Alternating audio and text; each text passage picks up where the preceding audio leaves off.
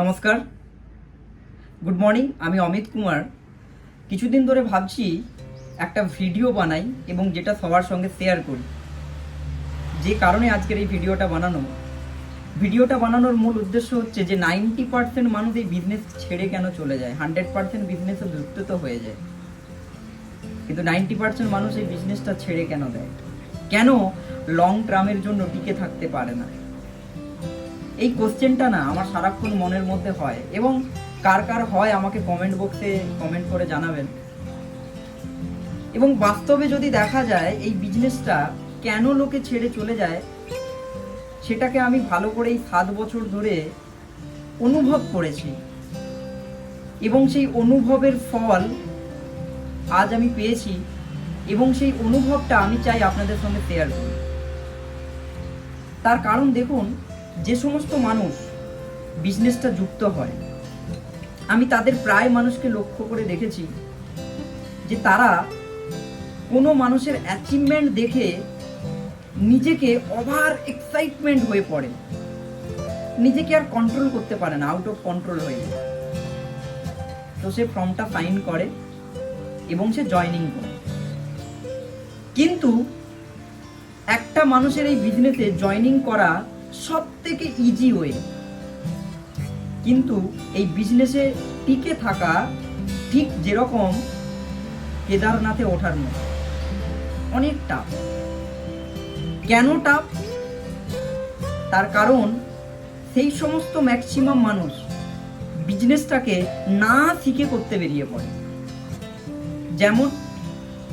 যেমন ধরুন, আপনি খুব ভালো গাড়ি চালাতে জানেন, আপনার একটা বন্ধু সে বলছে ভাই আমি গাড়ি চালানো শিখবো, আমাকে একটু শেখা না। তা আপনি বললেন ঠিক আছে, তুই পরের দিন সকালবেলা আয়। ও সকালবেলা এসছে, আপনি তাকে প্রথমে শেখাচ্ছেন, এটা দেখ, এটা ক্লাচ, এটা অ্যাক্সেলেটর, এটা ব্রেক, এটা হ্যান্ড ব্রেক, এটা হর্ন। আপনি এভরিথিং তাকে শিখিয়েছেন, এবং সেই বন্ধুটা কয়েক মিনিট এই ঘটনাটা শোনার পর, জানার পর, বোঝার পর ও আপনাকে বলে ঠিক আছে, মনে মনে নিজেকে বলে ঠিক আছে, আর আপনাকে বলে ঠিক আছে। ও ওই দিন সব কারুকার্য কমপ্লিট করে ও বাড়ি চলে যায়, এবং পরের দিন ওর কাকুর একটা গাড়ি আছে, তো কাকুর গাড়িটাকে নিয়ে, চাবিটাকে বাড়ি থেকে নিয়ে এসে গাড়িটাকে নিয়ে স্টার্ট দিয়ে বেরোনোর চেষ্টা করে, কাউকে সঙ্গে না নিয়ে। কেউ জানে না, ও একা একা ও চাবিটাকে নিয়ে এসে, যেহেতু জেনে নিয়েছে চাবিটাকে এইভাবে ঘোরাতে হয়, এইভাবে ক্লাচ মেরে গিয়ার দিতে হয়, দিয়ে অ্যাক্সেলেটর চেপে গাড়িটাকে চালাতে হয়। ও রীতিমতো কি করে, নিজে নিজে একা গাড়িটাকে নিয়ে বের করাতে গিয়ে নারকেল গাছে গাড়িটাকে ধাক্কা মারে এবং গাড়িটা ড্যামেজ হয়। বাইরে থেকে কাকু বাড়িতে এসে দেখে যে গাড়ির এই অবস্থা, প্রচন্ড বকাবকি করে, এবং সেই দিন সে নিজেকে ডিসাইড করে আমি কোনো দিন আর গাড়ি চালাবো না।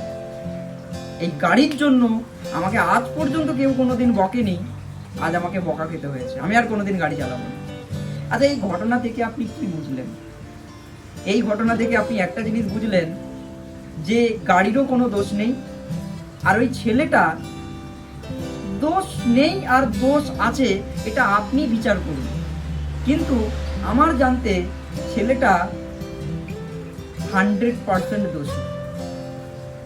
কেন? ছেলেটা প্রপার গাড়ি চালানো না শিখে ছেলেটা কিন্তু গাড়ি চালাতে বেরিয়ে পড়ে।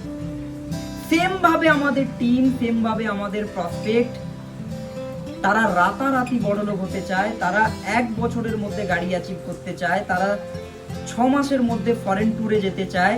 এই লোভ লালসাতে তারা ব্যবসাটাকে না শিখে তারা রীতিমতো পরের দিনই ডিসাইড করে আমি কাল থেকে লোক আনতে শুরু করব। আর এই ভুল প্রসেসে কাজ করে বলে মানুষ কিন্তু এই বিজনেস থেকে ফেলিওর হয়। আর সে প্রপার না শিখে যখন ব্যবসা করে ফেলিওর হয়, তখন এই ইন্ডাস্ট্রি থেকে বেরিয়ে সে এত খারাপ এই বিজনেস বা এই ইন্ডাস্ট্রিকে নিয়ে করে যেটা তুলনা করার বাইরে। অথচ তাকেই যদি কোশ্চেন করা যায়, বাবু তুমি তোমার কোম্পানির সম্পর্কে, তুমি এই বিজনেস রিলেটেড কি কি জানো আমাকে বলো তো, ও দেখবেন ঠিক বলতেই পারবে না, বলতে গিয়ে তোতলাবে। কিন্তু অপর লোকে কি বলবে, এই বিজনেস ভালো না, এই না, ওই না, সেই না। তো সেম ঘটনা আপনার টিম যদি করে আর আপনি ভাবছেন যে এই ঘটনা আপনি করবেন, তো কাইন্ডলি এই ঘটনাটা যাতে না হয় তার জন্য নিজেকে প্রিপেয়ার করুন, টিমকে বোঝান এই বিজনেসটা রাতারাতি বড়লোক হওয়ার বিজনেস নয়, আর এই বিজনেসটা চটজলদি গাড়ি অ্যাচিভমেন্ট, চটজলদি সব কিছু কিনে নেওয়ার বিজনেস নয়। এই বিজনেসটা লং টার্ম টিকে থাকার বিজনেস, এই বিজনেসটা লং টার্ম ফিউচার করার বিজনেস। অতএব যদি সত্যি কেরিয়ার করার, যদি সত্যি ভবিষ্যৎ করার ইচ্ছে থাকে, ডাইরেক্ট সেলিংই হচ্ছে একমাত্র সেই ইন্ডাস্ট্রি যেটা একটা মানুষকে জিরোর থেকে হিরো বানাতে পারে। তবে তখনই সম্ভব যখন সেই বিজনেসটাকে প্রপার শিখে মাঠে নামবে। থ্যাংক ইউ, সুস্থ থাকুন, ভালো থাকুন, আবারও দেখা হচ্ছে নেক্সট ভিডিওতে।